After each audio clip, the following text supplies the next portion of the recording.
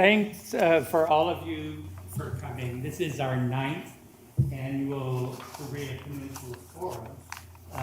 And as many of you know, I see some familiar faces here.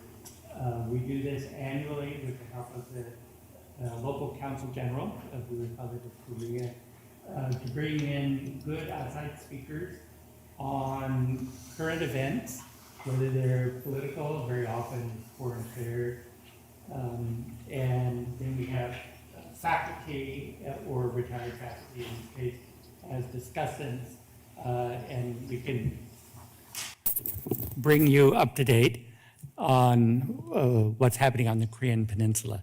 So I want to thank all the sponsors for this event. First of all, us, the Korea program itself, for the Center for Korea Studies, is one of the co-sponsors. The Consulate, the Council General of the Republic of Korea is the other main sponsor. And I also want to thank our graduate students in the Korea MA program who are also helping out in the organization of this event. And I also want to recognize Ian Oates over there, who's the Associate Director of the Korea Center and who did a lot of the footwork that organized this event. I'll turn it over now to Professor Ha. He's going to introduce the speakers and the rest of the event. So Professor Ha.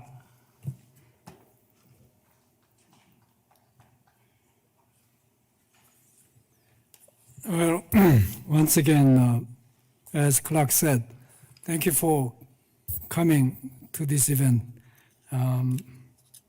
Normally, I don't make any sort of a long introductory remarks, but this time I felt I have to. So please bear with me for about 4 minutes, something like that. Okay.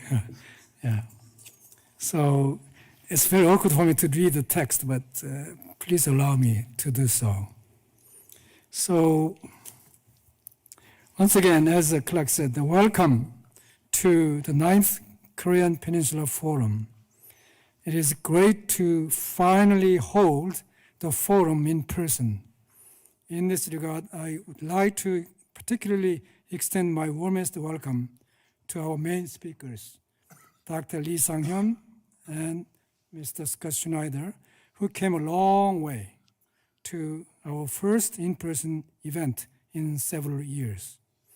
I also recognize Korean community leaders, President Kim Sung-hoon, Peaceful Unification Advisory Council President, and Lee Kwan-lee, and others.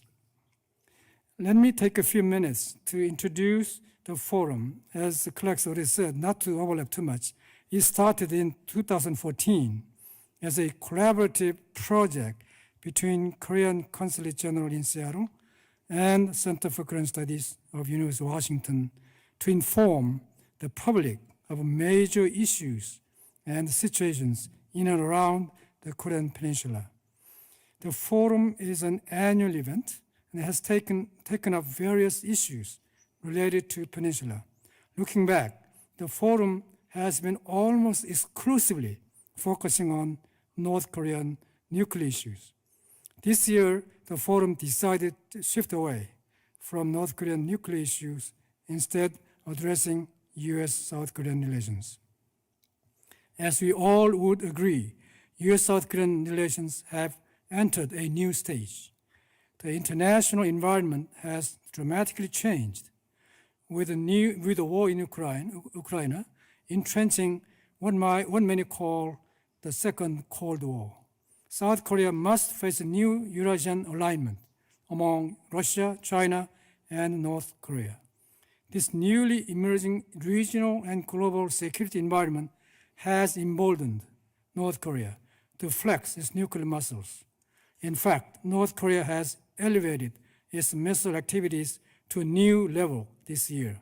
So far, North Korea has conducted 32 missile tests in 2020 alone, a dramatic increase from 4 tests in 2020 and 8 times in 2021. Thus, this has caused a dramatic shift in the international perspective of the South Korean people. 50 to 70% of Korean people hold the view that it is time for South Korea to start considering nuclearization as a strategic option. In the area of political economy, new issues have emerged between the United States and South Korea, such as the Chip 4 Alliance and how to treat Korean business people in the United States in applying the Inflation Reduction Act.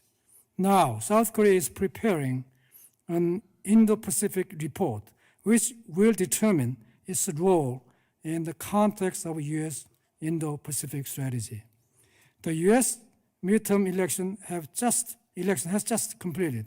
Although it will take some time to determine the final outcome, it seems Democrats have fared quite well, defining conventional wisdom. These two influences U.S.-Korean relations heavily. Understanding the new challenges facing the two countries, President Yoon Suk-yeol and President Biden renewed cooperation between the two countries in the May summit in Korea this year. It's one of the part of the joint statement reads as follows: faced with existential challenges like climate change and COVID-19 pandemic and growing threats to the rule-based international order, foremost among which is Russia's further aggression against Ukraine, and the Republic of Korea and the United States. The United States and the United States are unified in common determination to deepen and broaden our political, economic, security, and people-to ties. So, considering all of these, the timing of the Korean Peninsula Forum this year could not be any better. Now, I would like to introduce our distinguished two main speakers and discussants. First, let me introduce Dr. Lee Sang-hyun,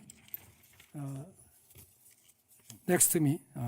Dr. Sang-hyun Lee is currently president of the Sejong Institute, one of the major think tanks in South Korea. He also serves as president of Korea's Nuclear Policy Society. His main research interests include international politics, security, Korea-US relations, inter-Korean relations, nuclear security, and non-proliferation, and East Asian security issues.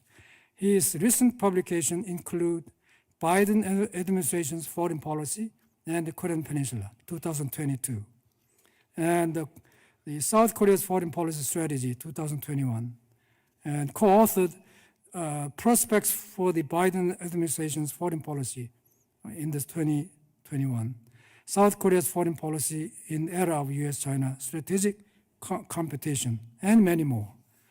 Next, Mr. Scott Schneider. He is a senior fellow for Korea Studies and the director of the program on U.S.-Korean policy at the Council on Foreign Relations based in Washington, D.C. His program examines South Korea's efforts to contribute on the international stage, its potential influence and contributions as a middle power in East Asia and the Peninsula, and regional and global implications of North Korea's instability. Mr. Schneider's publications include the forthcoming piece, North Korea's Foreign Policy, Kim Jong-un Regime in a Hostile World, South Korea at Crossroads, Autonomy and Alliance in an Era of Rival Powers, and the Japan-South Korean Identity Clash, East Asian Security, and the United States, and much more, of course.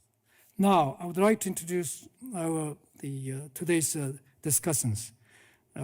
Professor Ken Pyle, who doesn't require any more introduction now. He is eminent historian on Japan, Henry Jackson School Professor of History and Asian Studies Emeritus at the University of Washington. He is founding president of the National Bureau of Asia Research and founding editor of the Journal of Japanese Studies. His most recent book is entitled Japan in the American Century. Obviously, Anybody who knows Japan must read his books and articles. So it doesn't need any more introduction. And last but not least, my colleague, Professor James Lin. He is an assistant professor of the Henry Jackson School of International Studies at the University of Washington. His research examines international agrarian development, beginning with rural reform and agricultural science in China and Taiwan from the early 20th century through the post-war era. Then a subsequent reimagining during Taiwanese development missions to Africa, Asia, and Latin America from 1950s and onward. Unfortunately, Consul General So Eun-ji could not join us today, today's event. So she actually sent a video message to congratulate today's event. It is a great pleasure to welcome all of you to the Korean Peninsula Forum 2022, co-hosted by the Korean Consulate General of the Republic of Korea and the Center for Korean Studies of the University of Washington. I'd like to convey my special thanks to Dr. Lee Sang-hyun and Dr. Scott Snyder for being present as panelists at today's forum. I appreciate you flying all the way here to Seattle. I would also like to extend my deep gratitude to Professor Ha Yong-chul, Professor Clark Sorensen, and their fellow colleagues of the University of Washington for helping organize today's events, as well as everyone joining today, both in person and online. Since its start in 2014, the Korean Peninsula Forum has brought key experts and opinion leaders together to exchange views and ideas, to address significant issues of Northeast Asia and deepen our understanding of the concerns at hand.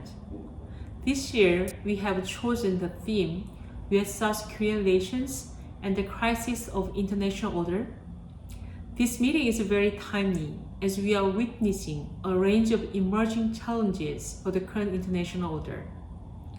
2.5 years of COVID-19, in combination with US-China competition and Russia's armed invasion of Ukraine, have disrupted supply chains and fueled a food and energy crisis. We are also facing a climate crisis, which we are trying to overcome through our effort to achieve carbon neutrality by 2050. Now, the most urgent security challenge our alliance faces is the North Korean nuclear and missile threat. Recently, North Korea launched ballistic missiles even into the vicinity of South Korean waters, including more than 20 times the missile launches only this year. North Korea is almost ready to conduct a 7th nuclear test.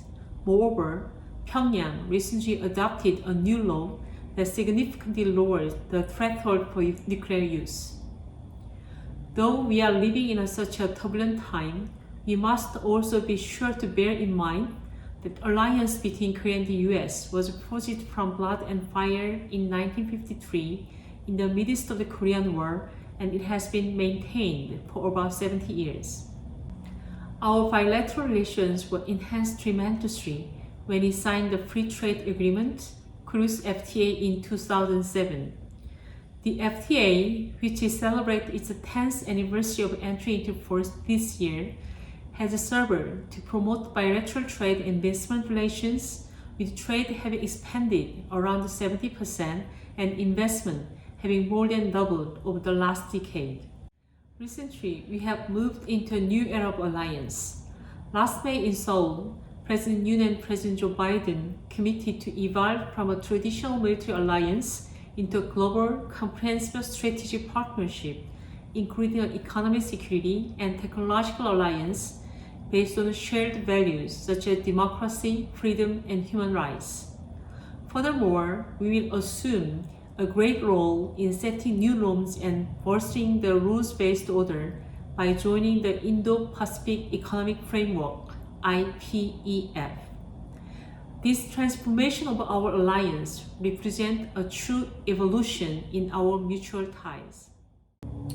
Ladies and gentlemen, there is a saying, democracy and freedom are the best revolution. They can give every individual more power to control their lives, and we can work together to create a just, sustainable world. I'd like to stress that the power of our alliance comes from our shared values of democracy and freedom.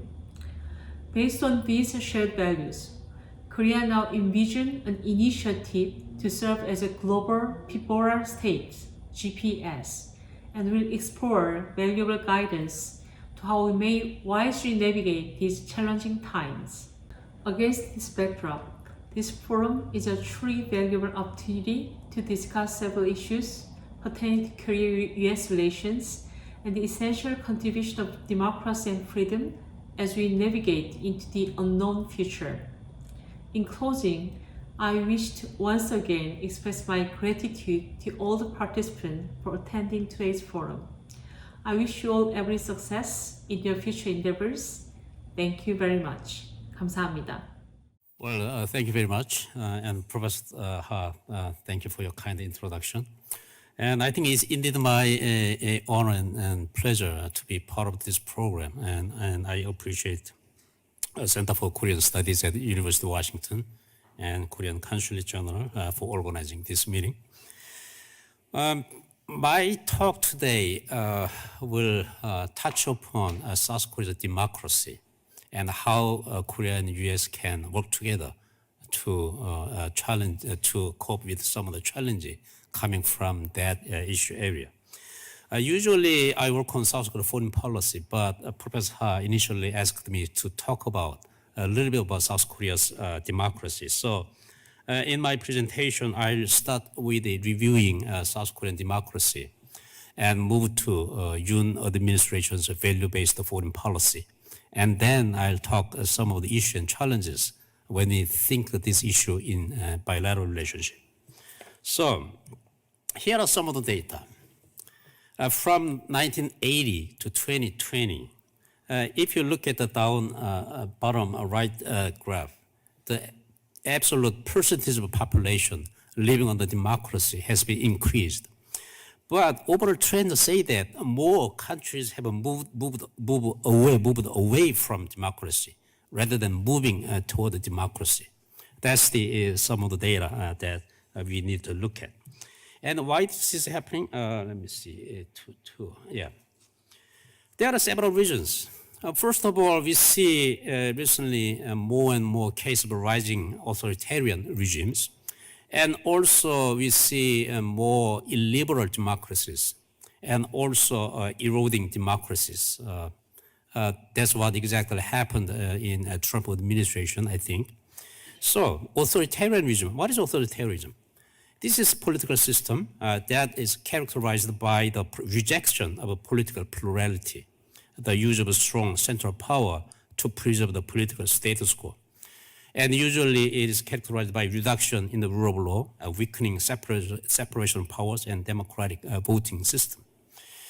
And not just that, we see illiberal democracies, even though it is called a democracies, but its actual content is not that democracy.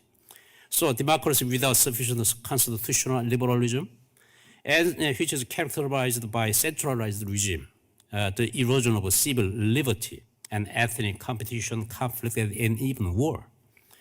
Finally, we see also many cases of eroding in democracies. This is often called a democratic backsliding, a decline in the democratic characteristics of the political system. So in some cases, extreme polarization of the politics and politics of emotion and populism is the future of that eroding democracies. And what about South Korea? This is the last presidential election. Sim Sung-jung, Ahn Cheol-soo, Yoon Suk-yeol, and Lee Jae-myung, 4 candidates fought quite a fierce battle in the campaign. So you know the outcome of the result. Yoon barely won by quite a narrow margin. Yoon Suk-yeol, People Power Party, won 48.56%. And while Lee Jae-myung, Democratic Party, won 47% of the electoral vote. So you see by this number, it's quite a close race between two candidates. And another characteristic that we find in this last election is that some of the pattern that we witnessed in Korean democracy since the introduction of direct election, usually conservative and liberals in Korea alternated their power in 10-year blocks. So Roh-tae-woo and Kim Young-sam, both conservative government, Kim Dae-jung and Roh Moo-hyun, liberal, Lee Myung-bak and Park Geun-hye was conservative. After that, Moon Jae-in took power, liberal. We expected, most people expected to another liberal government in this sequence, but somehow Yoon Suk-yeol won the election, and now we have a conservative government in Korea. So one of the key factors that I see as people living in Korea, there are many reasons why people chose Yoon Suk-yeol instead of Lee Jae-myung. One is the failure in housing policy. So many people even has a suspicion that government intentionally raised the housing price to get more tax. This is, of course, it is some of the conspiracy theory, but anyhow, housing policy is quite a big failure. An obsession with an all-in peace process with North Korea. To the end of the term, Moon Jae-in government tried hard to accomplish the end of the war declaration with North Korea. And of course, there are controversies over nuclear phase-out policies. You know that South Korean electricity, almost more than 30% is coming from the nuclear power plant. But Moon Jae-in government tried to phase out that nuclear energy use. It's quite a long time, about 30 or 50 years. And a tendency toward a double standard. In Korea, we call it a narrow number. If I do, it is romance. But if you do that, that's an affair. That kind of a double standard, moral double standard. People was quite unpleasant with that attitude of the incumbent party.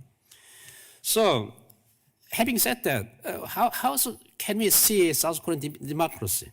If you look at some of the numerical data, indicators, this is the Freedom House score. South Korea's freedom in the world is in 2022 is a democracy. Okay, so political rights, civil liberties taken together score is high. But freedom on the net, internet, there are some limitations because of that. South Korea is classified as a partially free country in internet. And of course, if you look at that data, probably you will easily understand what's happening in Korean democracy, and particularly in the internet and cyberspace. There's a lot of polarization of the opinion and extreme opponent of the many issues. And having said that, if you look at overall trends in South Korea, democracy is developing. Okay, beginning in if you look at, if you're comparing 1980s in 2020s, we see in many indicators South Korean democracy is developing, progressing. I was a freshman in 1980. You know what happened in South Korea in 1980? In 1979, President Park Chung-hee was assassinated. In 1980, many people called it Spring of Seoul. Students came out of the street and made a very strong demand for the democratization to the government. I remember that chaotic period, but still, based on that experience, South Korean democracy has made a progress, and we see what it is today. But still, there are many problems. This is, I call it, a street democracy in Korean style. First, the upper two pictures. There's a quite a famous Comfort Women statue in front of the Japanese embassy in downtown Seoul. Every weekend, every Wednesday, there are some people gathering together who oppose Japan and who support pro-Japan policy. And you see in between police line, they try to separate those two groups of people. So it's quite noisy. Bottom two picture is the Gwanghwamun area, downtown Seoul. Every weekend, usually there are some big demonstrations. Some people support the government. Some people oppose government. So usually I don't drive a car to the downtown on weekend. So why people are coming out the street because even though South Korea is established a democracy, some problem I see is that polarization of the political culture in Korea quite significant, substantial. So zero-sum politics, usually politicians are framing politics as good and evil in political framing.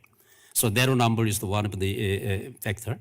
And that politics, polarized politics, easily become fall in the populism. So, and also weak institutional basis, weak party system, and weak interest aggregation articulation. If political system function properly, people will not come out the street to shout up their demands to the government. And there are several social divide lines in Korea, regional and generational divide. We all know that Gyeongsang province and Jeolla province has been quite a divide line. And also generational divide. Both older generation support conservative, a younger generation supported a liberal line. And this election, in the last election, there was another divide line, gender. Young male supported conservative. Young females supported liberal. Why is that happening in Korea? So I think that's the kind of a political culture is quite a worrisome indication about South Korean democracy. And also we see income inequality, MZ generation value and pragmatism. They are quite a strong sense of fairness in everything in South Korean society. And maybe too much social media will be maybe the problem. Social media further intensifies existing political polarization. People tend to listen only what they want. They do not read newspapers or mainstream news media. Only people prefer to take the news from the website that they prefer. So combining all of these factors make South Korean politics quite extreme in some case. And of course, it is quite a challenge for more mature democracy in South Korea. Okay, now let's move to South Korea's value-based foreign policy. This is the article appeared in Foreign Policy when Yoon Suk-yeol was a candidate. In this article, he said that South Korea should step up to another level as a global pivotal state, which he argued in that article. So what is the GPS, global pivotal state? It is a country, is a concept that global pivotal state means a state that advances freedom, peace, and prosperity through liberal democratic values and substantial cooperation. So already Yoon is declaring that South Korea will enhance its value-based foreign policy. So some of the key features, strong alliance with the US based on common values, and dealing with China with mutual respect, normalizing Korea-Japan relations, and also toward North Korea, he suggested an audacious initiative. And of course, this is not the place to talk in detail about all those concepts. And obviously, the challenge is like this. So it's a good thing to have a value-based foreign policy. But thinking about what is some of the general atmosphere or foreign policy environment of Korea, I usually stress three things. One is the continuing systemic fragmentation, initially caused by pandemic, but worsened by great power rivalry and worsening global supply chain, etc. And another challenge is the deepening new Cold War trends, particularly since the Russian invasion of Ukraine. The world order is quickly reshaping into two opposing blocs. On the one hand, liberal democracy. On the other hand, authoritarian and autocracies.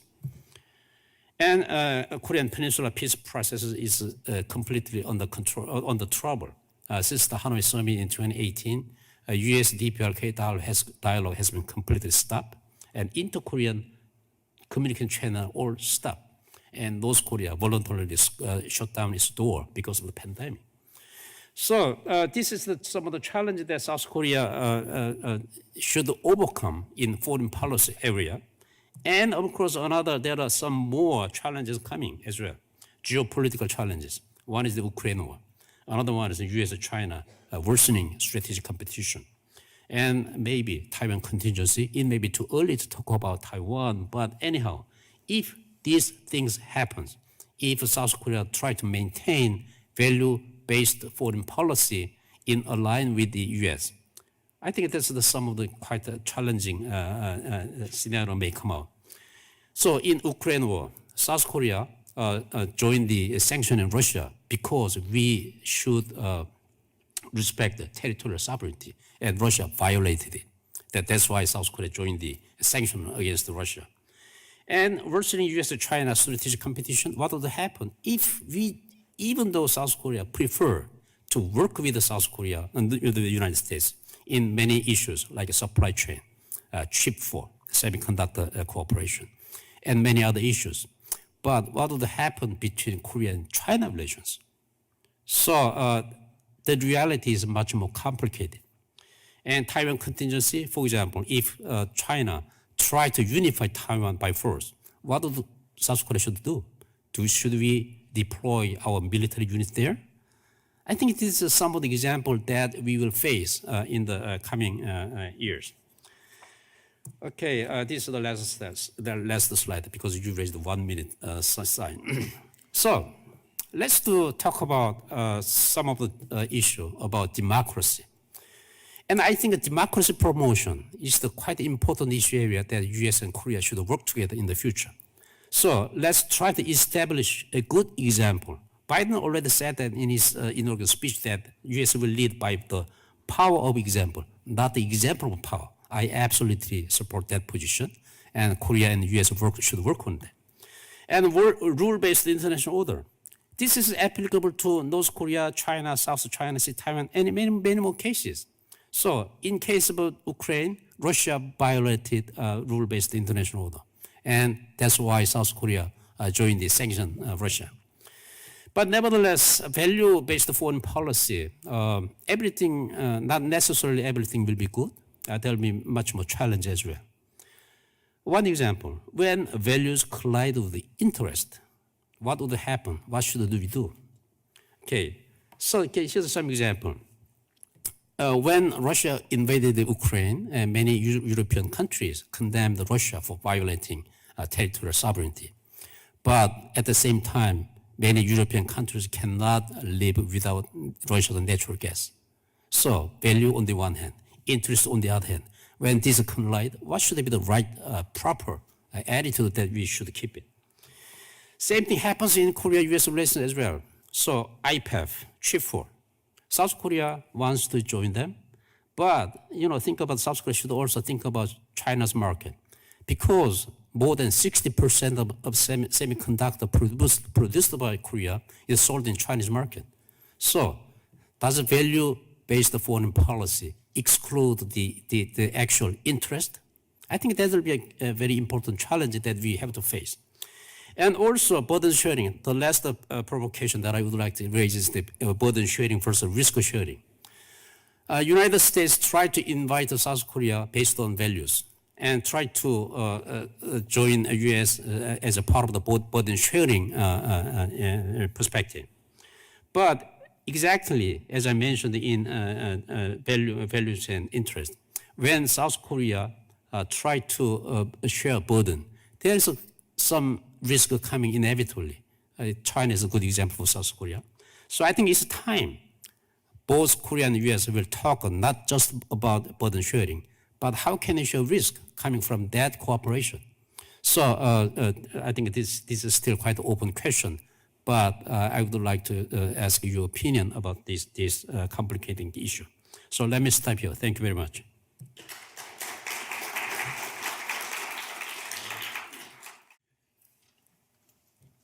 Well, let me also offer my thanks to Professor Ha for inviting me to join this panel. It's so great to actually be back in person and to actually see three-dimensional images of the people that you're speaking with.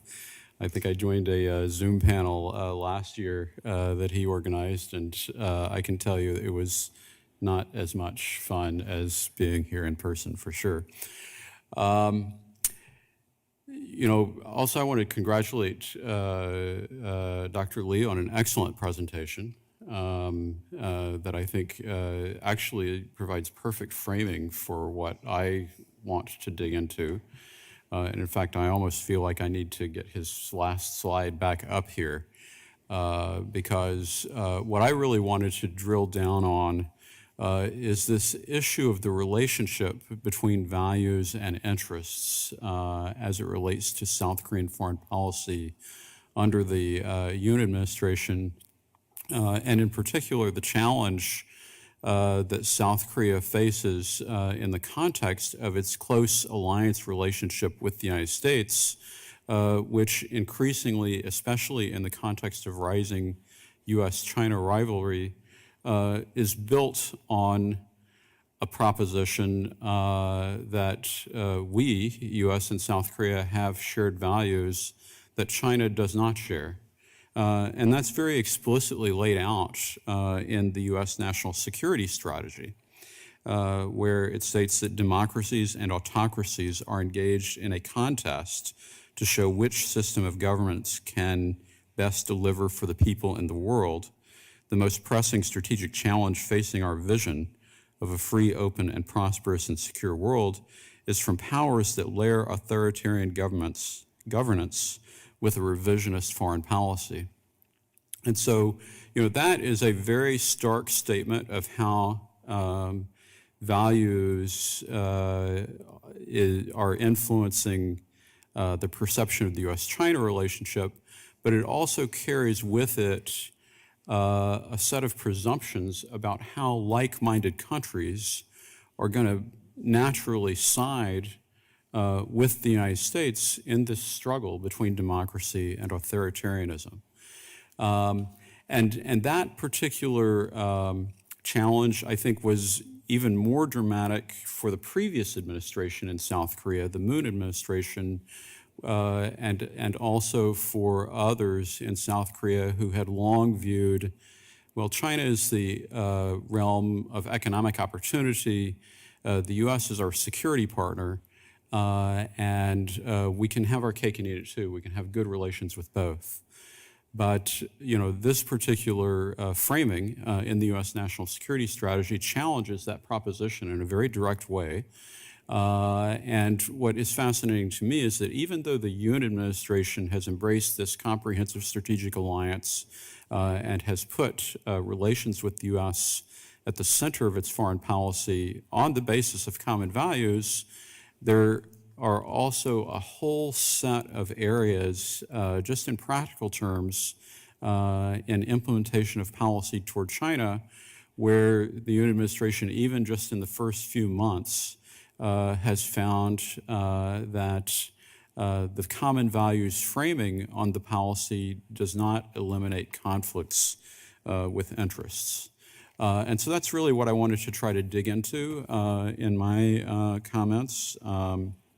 Professor Lee already introduced a number of those issues, but the ones that I really want to focus in on are, one, the issue of supply chain resiliency and the challenges that South Korea faces in that context because of the extremely high volume of semiconductor trade between China and South Korea. Secondly, the issue of how South Korea has navigated participation in regional security and economic architecture. And thirdly, the challenge that South Korea has already faced in terms of dealing with Taiwan. And really, I'm just scratching the surface because this has not yet come up, but I would anticipate, for instance, that we will face in the future issues where the U.S. is looking for strong condemnation of China from its like-minded allies on issues like human rights or Xinjiang, and I don't know yet how the Yoon administration is going to deal with those kinds of issues. So I just want to flag that. As we look at the supply chain resiliency issue, there is great effort between the U.S. and South Korea to really integrate South Korea as part of the U.S. supply chain. and South Korea's pledges of investment in the United States have been very attractive and important as related to that, but there's still a lot of legacy investment by Samsung and SK Hynix in the legacy semiconductor sector in China. And the U.S. keeps on working to coordinate new restrictions, both on inward Chinese investment in sensitive technology sectors, and also to coordinate higher bars for exports of semiconductors to China. And this is an area that may pose some problems for SK Hynix and for Samsung. And we actually see already that the South Korean government is looking for ways to have their companies and their interests be treated as exceptions as the U.S. tries to raise the bar in terms of what it is willing to let flow in terms of semiconductor technology into China. And so, that is just one, specific area that is a work in progress where, yes, shared values, technology alliance, that's fine, but what about our material interests that South Korea has in terms of a significant billions of dollars of bilateral trade with China? Is South Korea going to be required to give that up in some way? And what is it that the U.S. is going to offer if it's asking for that in compensation? What does that look like? And likewise, we see in the EV area, the electric vehicles area, this new Inflation Reduction Act that the U.S. passed. This has generated a lot of controversy in South Korea precisely because the company that pledged upwards of $10 billion of investment in the United States when President Biden visited South Korea back in May, Hyundai, is not included as part of the language in that act that would allow Hyundai vehicles to qualify for tax-free treatment. And so that's a big problem, especially between now and 2025, when we would anticipate that Hyundai factories would be up and running. Frankly, it's a huge contradiction that the Biden administration, I think the onus is on the Biden administration to resolve it because it's a direct contradiction between President Biden's pledges in Seoul and the law that was passed. But it's generated a lot of complexity because, in the South Korean media, there's some who are saying, well, we've already experienced discriminatory treatment in the Chinese market. That's one reason we want to diversify and do more investment in other markets. But if the U.S. market is going to treat us the same as the Chinese market, then, what is the benefit? And so, these are specific issues where values and interests needs to align and where the U.S. carries with its policy assumptions about what South Korea might be willing to choose that don't always necessarily line up with South Korea's material interests. In the area of regional architecture, there is the issue of whether or not South Korea should join the Quad. And this has actually been a very interesting discussion over the course of the past couple of years because under the Moon administration, the Moon administration insisted that the U.S. never asked South Korea to join the Quad, and therefore there was no reason why South Korea should be a part of it. But under the Yoon administration, it seems like South Korea is knocking on the door to join the Quad, and the U.S. or other Quad members are saying, well, no, maybe South Korea shouldn't join the Quad, but can cooperate with the Quad Plus. And of course, a lot of this centers around, well, what is the Quad and what does it do? And the Biden administration has definitely, I think, made a contribution in terms of sharpening the framing of that organization focused on provision of public goods within the region in the area of climate change, supply chain resiliency, some very specific issues like that. And those are areas where South Korea, can make a contribution, and sort of changing the focus so it's not focused on excluding China. It's really more focused on, I would argue, on competing with Chinese investment in the region.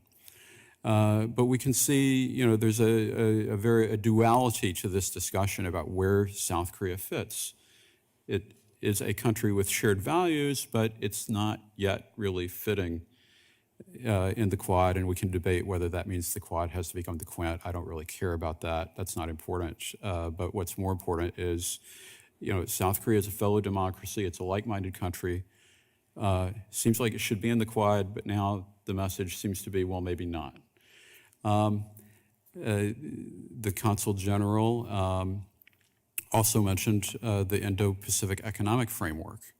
And that is a framework that the Biden administration launched back in May. South Korea indicated a willingness to join. Interestingly, the Chinese publicly tried to discourage South Korea from joining. But South Korea has gone ahead and decided, based on values. But what if China retaliates in some way and tries to impose tangible costs?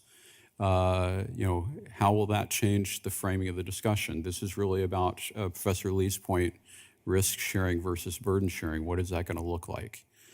And then the last area that I just want to flag, because it's been so interesting over the course of the summer, of course, was the issue of how the U.S. and South Korea align their policies on Taiwan. And of course, the U.S.-South Korea joint statement has included peace and stability across the Taiwan Straits for the first time in both the Moon Biden and Yoon Biden statements over the course of the past couple of years.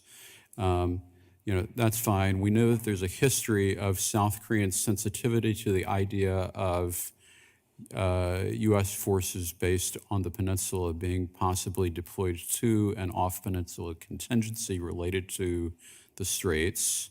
That history is there. But what I think was really interesting was the fact that Speaker Pelosi visited Seoul immediately after visiting Taiwan. And of course, the Chinese, the mainland, objected furiously to that visit and was in the middle of launching demonstration military exercises by the time Pelosi landed in Seoul, where, well, it turns out Seoul was the only capital where Pelosi did not meet the head of state, President Yoon. And that seems curious if you've got a comprehensive strategic alliance that presumably is well coordinated on issues like these. And it became even more curious because President Yoon was supposed to be on vacation outside of Seoul, but it turns out that he was not on vacation because of the flooding that occurred. And so he decided to have a video conference with somebody who was in the same city as him. So again, it seems a little bit like a challenge in terms of how do we align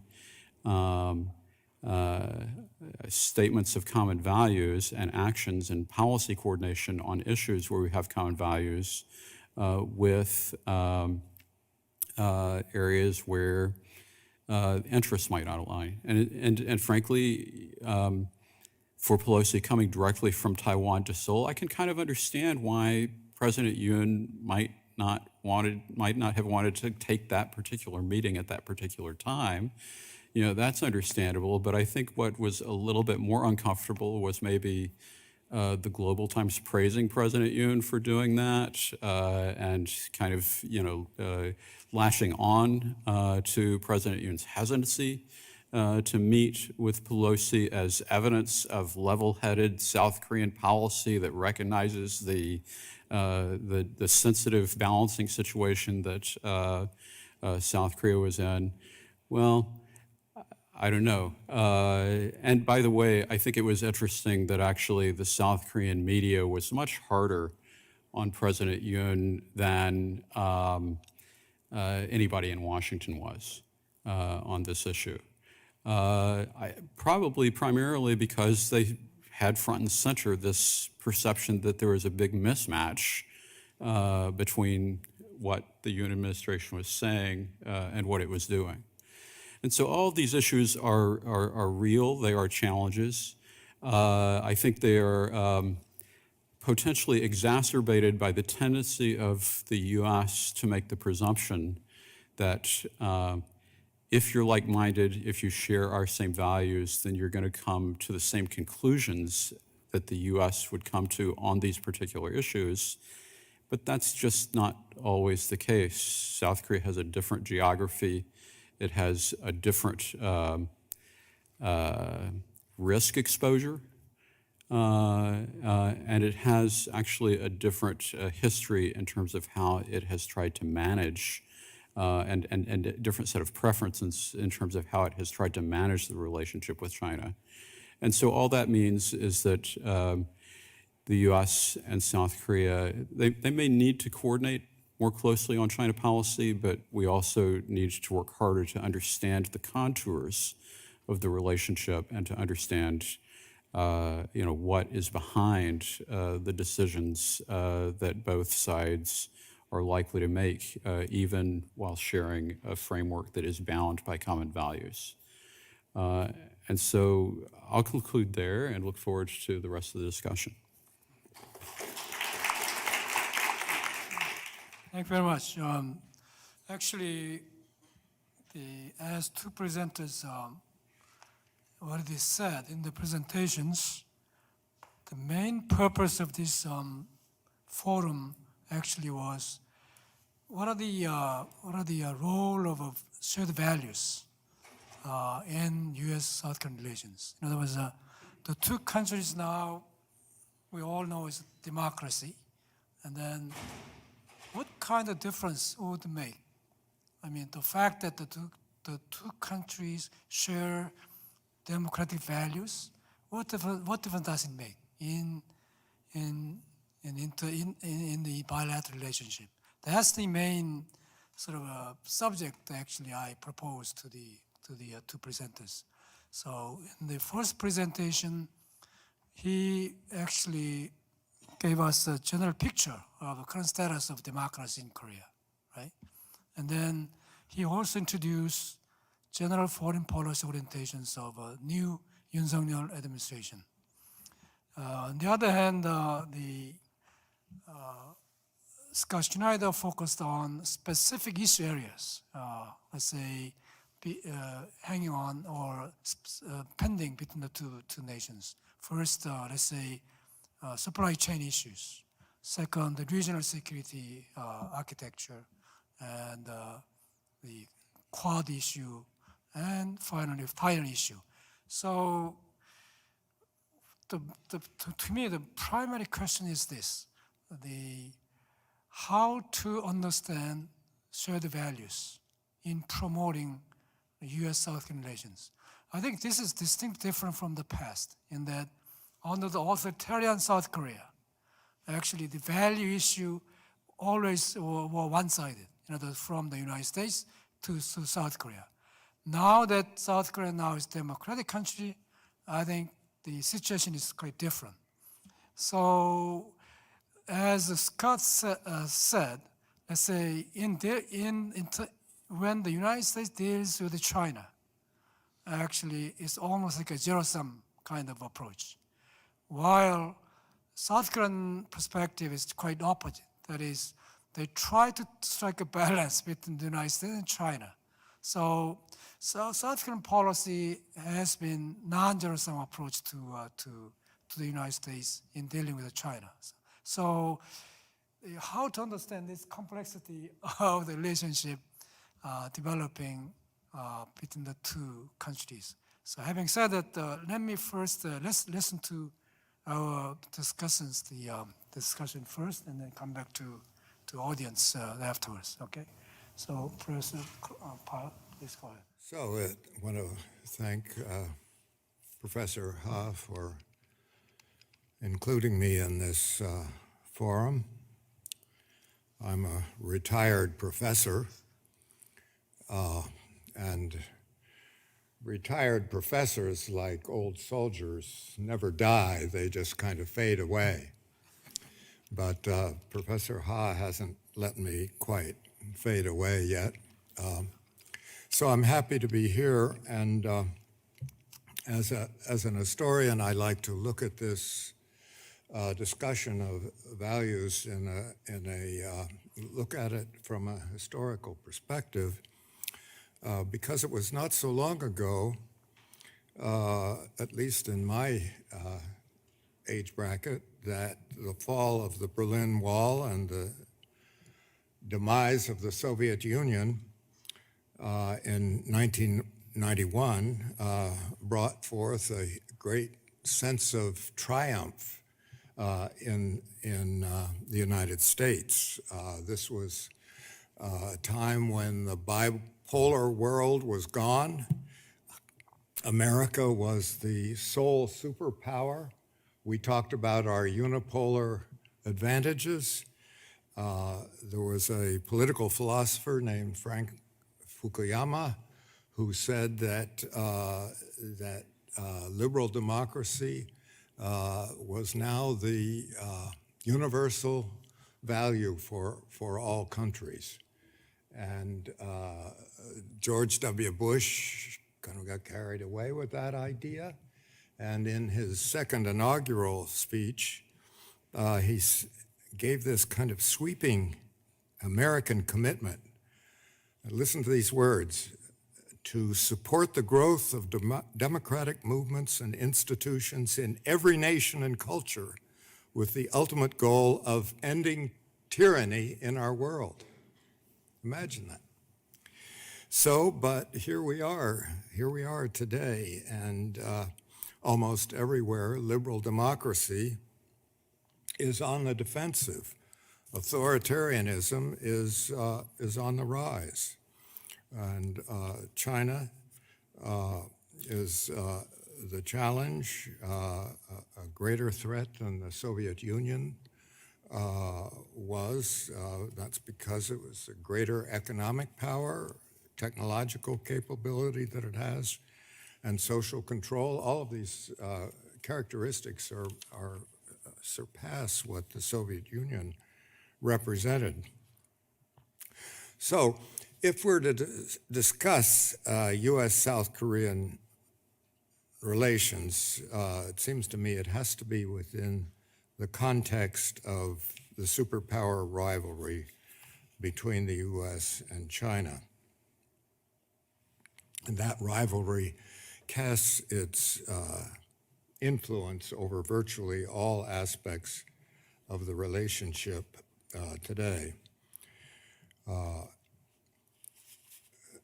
I want to hang my comments on a book that I've just finished reading by a longtime friend of mine, a Princeton political scientist named Aaron Friedberg.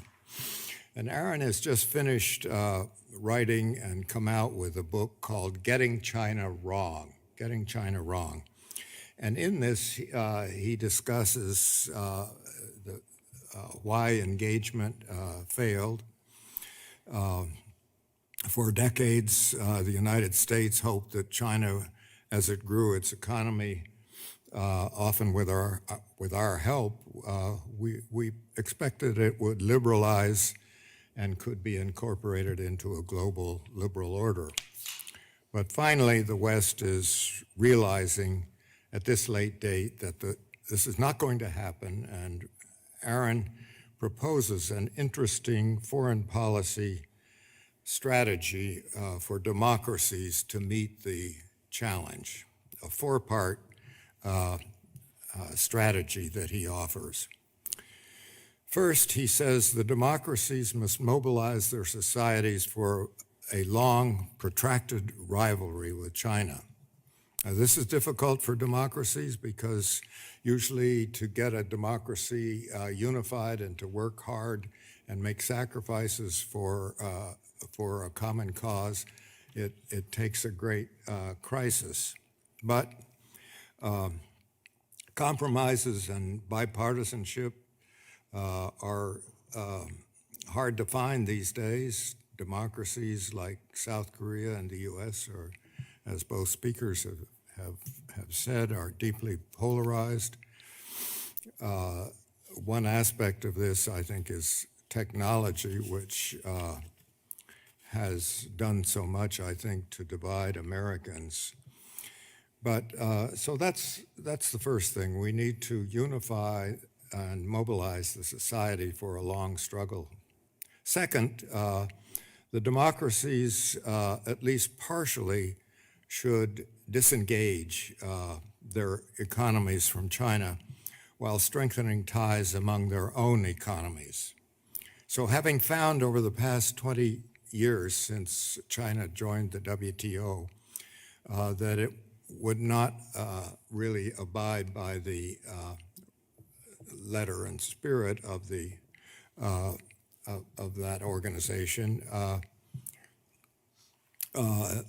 we've come to acknowledge finally that China cannot be incorporated into a liberal global economic order as we had hoped.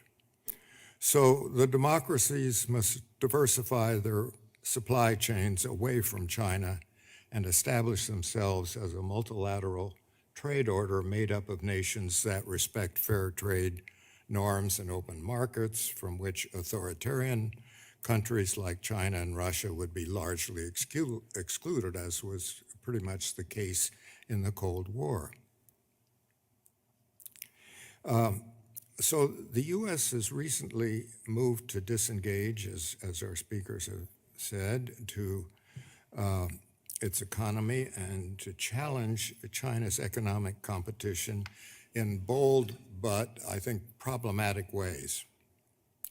Legislation that has been passed by Congress in the last 2 years, the Infrastructure Act, the CHIPS and Science Act, and the Inflation Recovery Act, these three acts, which were passed with bipartisan support, represent, I think, something new for the American economy, a kind of almost a new model for the American economy. That is, they represent an industrial policy with a notable protectionist tilt.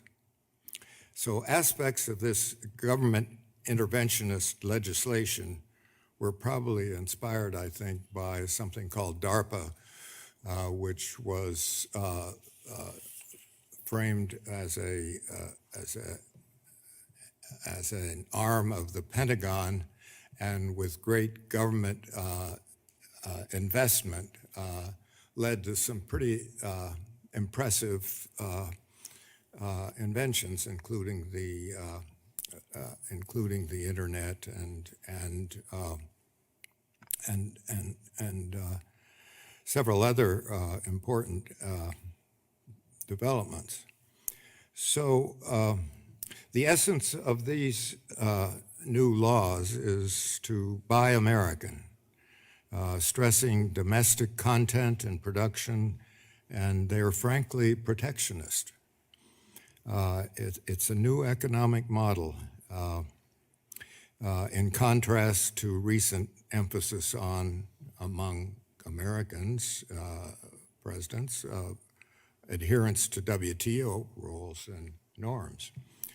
And of course, this is a response to Chinese economic strategy and competition. So I think as we think about President Biden and where he's going, and he got a big boost yesterday on Election Day, I think he's going to continue to push very hard this economic policy with state-led, you might say, state-led economic policies of the same kind. So the problem is that it may clash with American objectives of building tighter cooperative relations with our allies, as we've been discussing, who may suffer collateral damage from these protectionist policies. China is South Korea and Japan's, for that matter, leading trade partner. South Korean leaders have expressed concerns about the pressures this puts on them to disengage from the Chinese economy, and also they may wonder about America's seeming abandonment of leadership of the free trade tradition. So the U.S. and the Biden administration, if it's to succeed in tightening alliances, the administration must somehow align its new economic policies with the needs of its allies. Third, the democracies must intensify military preparations and diplomatic measures to deter coercion and aggression. To counterbalance China's rising military power and its assertiveness, necessary to build a regional military balance. The Quad is an important part of this, and the democracies must ensure that China cannot use force against Taiwan without provoking a wider conflict. Still, South Korea, while signaling its interest in joining the Quad, is walking a tightrope, as was said, not wanting to exacerbate relations with China. I would like to hear our speakers also talk a little bit about the role of public opinion in South Korea. My understanding is that there was a recent Pew Research opinion poll which showed 80% of South Koreans having unfavorable views of China. And I'm wondering, how influential is that, is public opinion going to be, especially so overwhelming sentiment, how important is that going to be? We just talked about President Yoon's ambivalence about dealing with Nancy Pelosi. He's also seemed ambivalent about deploying additional THAAD installations. And one has to wonder about the crisis of democracy in the U.S. And the memories of President Trump's demand that the allies do much more and take responsibility for their own security, how much that creates in South Korea, and a sense that can they trust the U.S. nuclear umbrella? The U.S. must decide, for example, perhaps, whether to reintroduce nuclear weapons in its allied countries and share some degree of control as it does with European allies. This was something that Prime Minister Abe was pushing for before his assassination. So again, from what I understand, a majority of South Koreans favor possession of nuclear arms.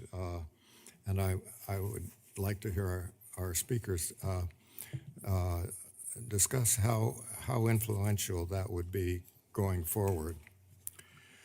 Fourth and finally, in this strategy, the democracies must recognize that they're engaged in an ideological struggle with China, which tries to diminish the advantages of democratic systems and our ability to deal with the challenges of maintaining political stability and fostering economic growth. China proclaims the China model to deal with these challenges. So in the fractious state of democratic societies, epitomized in this country by the January 6th insurrection, Beijing has a ready argument democracy is dysfunctional. So the democracies need to put their houses in order, and they need leaders. They need leaders who have confidence that their system is ethically, politically, and economically superior to the totalitarian model. Perhaps we might think of Zelensky as the kind of leader that one would choose these days as a model, and the way he has combined, you might say, liberalism and democracy. But Zelensky as a model, that's a topic for another day, so I will stop here. Thank you. All right. Thank you, Professor Ha, for inviting me to speak at the Korea Peninsula Forum. I'll try to keep this brief in light of the fact that food is already here. Professor Ha has asked me to reflect on Taiwan's role in U.S.-South Korea relations, not just as a potential trigger point for conflict, but also as a comparative case of East Asian democracy that sheds light on recent developments in Korean democracy. And so I'll start with this latter point and end with the former. As Professor Lee has outlined, democracy across the world, after decades of growth, has seen a dramatic reversal in past few years. We've seen the rise of populism and of strongman and military regimes across Asia specifically, places like the Philippines and Thailand and Myanmar. Set against this backdrop, the democracies of South Korea and Taiwan appear to be outliers. Like South Korea, Taiwan's democracy, scores and indexes compiled by organizations like Freedom House and Varieties of Democracy with continued resiliency and strength. Why is this? Well, 8 years ago, the 2014 Sunflower Movement in Taiwan, I think, tells us quite a bit about how democratic institutions are challenged and perhaps resilient in the face of those challenges. In 2014, following an attempt by the then ruling Kuomintang, the Nationalist Party, to pass a trade agreement allowing greater investment from China in Taiwan without the required legal legislative review, thousands of young Taiwanese students protested and occupied the Legislative Yuan for weeks in Taiwan. For many of these students, what mobilized them was the perception that Taiwan's hard-fought democracy was under attack. Like South Korea, Taiwan had transitioned from authoritarian rule during the Cold War to become a vibrant democracy today. Though many of these protesters of the Sunflower Movement were too young to actually have experienced authoritarian rule under the martial law era in Taiwan firsthand, they nonetheless learned about the hard-fought democracy during the 1980s and 1990s and the sacrifices of earlier generations of Taiwanese to have achieved that democracy. And so when they were moving to occupy the Legislative Yuan in 2014, I think that they realized that the institutions, voting rights, rule of law, civil society, were important ones that were handed down to their generation, and that attempts to bypass those institutions would face backlash from the Taiwanese public, a responsibility that they believed they carried.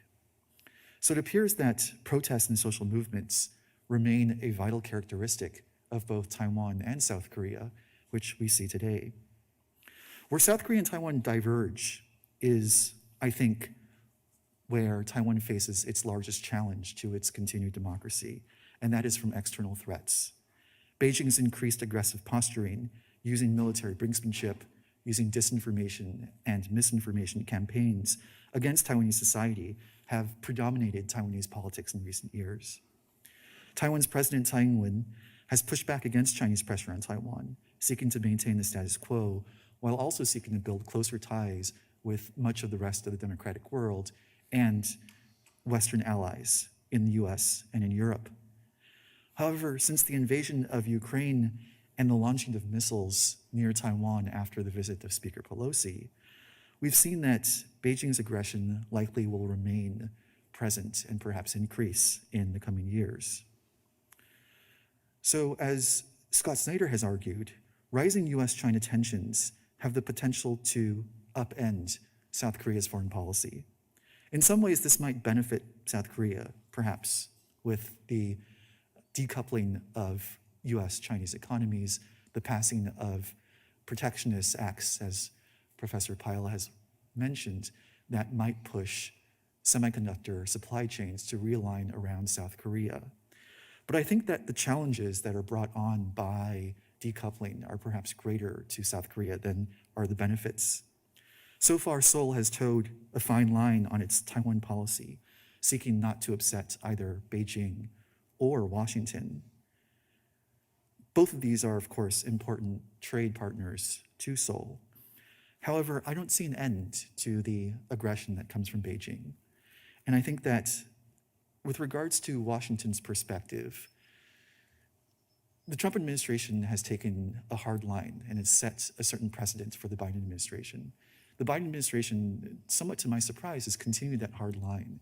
But I think this kind of hardline policy may not be entirely sustainable, and that there are elements on both the right and the left within US foreign policy circles, from progressives who would like to see the US not take unilateral action, and from those on the conservative side who would like to see also US allies take up some of the responsibilities to push longstanding US allies in East Asia to bear some of the responsibilities of maintaining security and peace in the region. And of course, this points squarely at Japan and at South Korea. So the question I'd perhaps like to ask our presenters, who have already raised the question themselves and have understood that this is a very complicated situation, is if the United States seeks to lean on its allies in South Korea and in Japan as a counterweight to Beijing's aggression, how will South Korea respond? What will happen if Beijing and the US place even greater pressure on Seoul not to continue this fine line balance between both sides, but rather to finally choose a side? And so this is perhaps something to ponder. Thank you. I want to thank Professor Pyle and Professor Lin for some very articulate comments, exactly what I would have expected. And actually, Professor Lin has framed the critical question, I think, that I'm not sure that we're going to be able to answer in any meaningful sense as a hypothetical, because it's really going to be what happens in the moment. But now is the time to prepare, and that's where I would argue that the US and South Korea really need to develop a much more in-depth dialogue about policy on China than we have seen previously.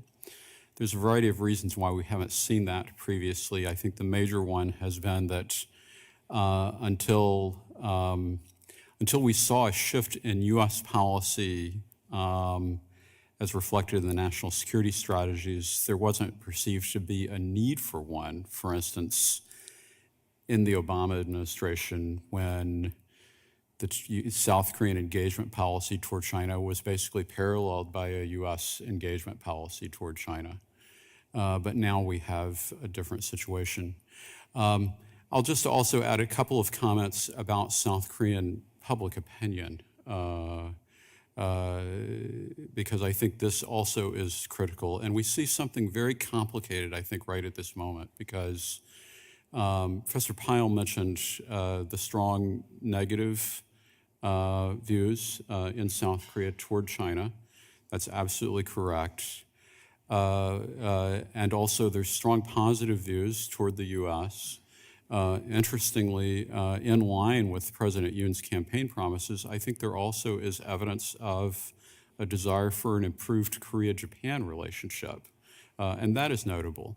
But the thing that I really want to flag is that President Yoon's popularity itself is quite low, and it may stay low for a while. And I'm increasingly concerned that that is a constraint on his ability to pursue policy initiatives that actually are popular in the South Korean public. In other words, it seems that his own unpopularity is seeping into his ability to actually pursue successfully objectives that the Korean public, in fact, supports. And so that, I think, is something to watch, because it really is reflective of the fact that in the context of our democratic context, it's also important for leaders to have the support necessary to be able to act in the context of the challenges, the international challenges that are increasingly obvious in the context of facing authoritarian regimes. Thank you.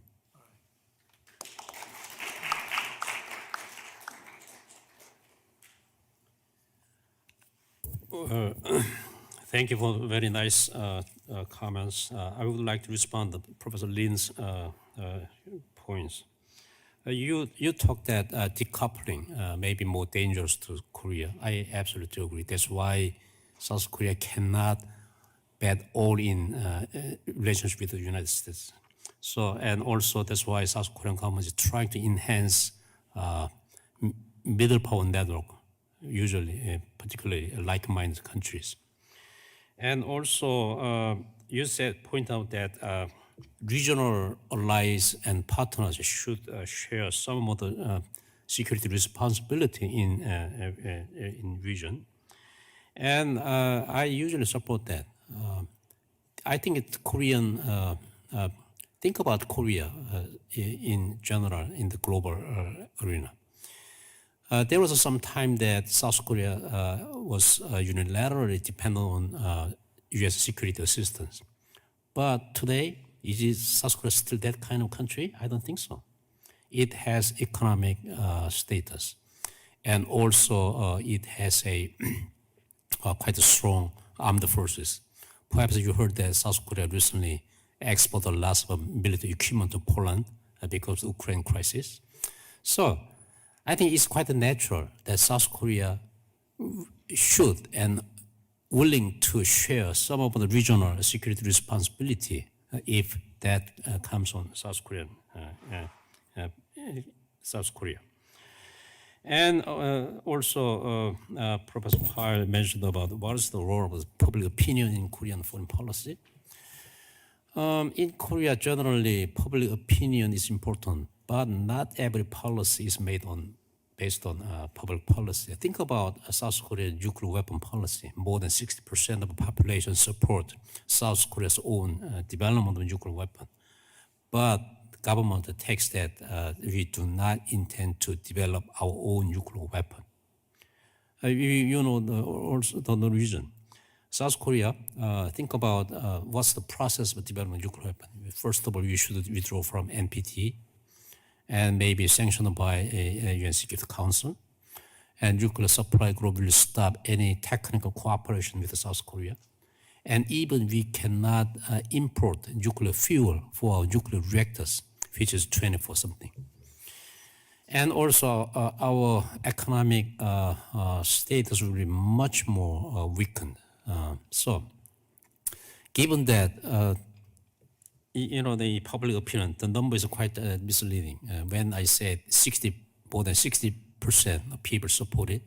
But if you ask a little more educated question to the expert, the percentage drops. Usually right after the, for example, those nuclear test, or missile provocation, most people support, more and more people support South Korea's own nuclear weapon. But if time goes on, that percentage drops down to the normal level. So in a sense, public opinion maybe it tells us something about Korean politics, but that's not all important factor in Korean politics as well. And regarding nuclear weapon, let me introduce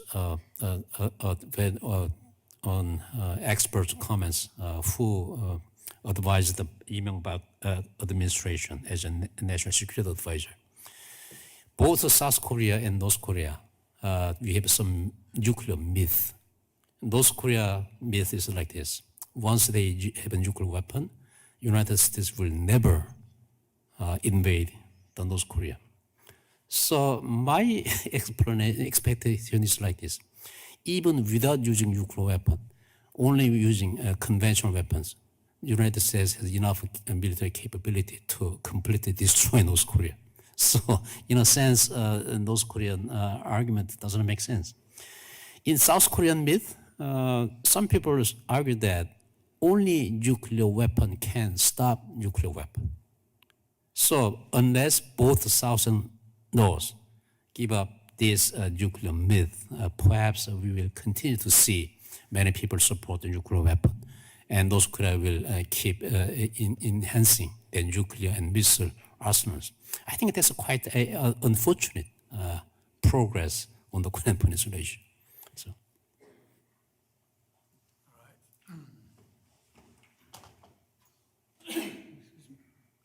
So we've heard such a good discussion and answers to the questions. So Lee, now with a few minutes leaving available to us, let me just invite some of questions from the audience.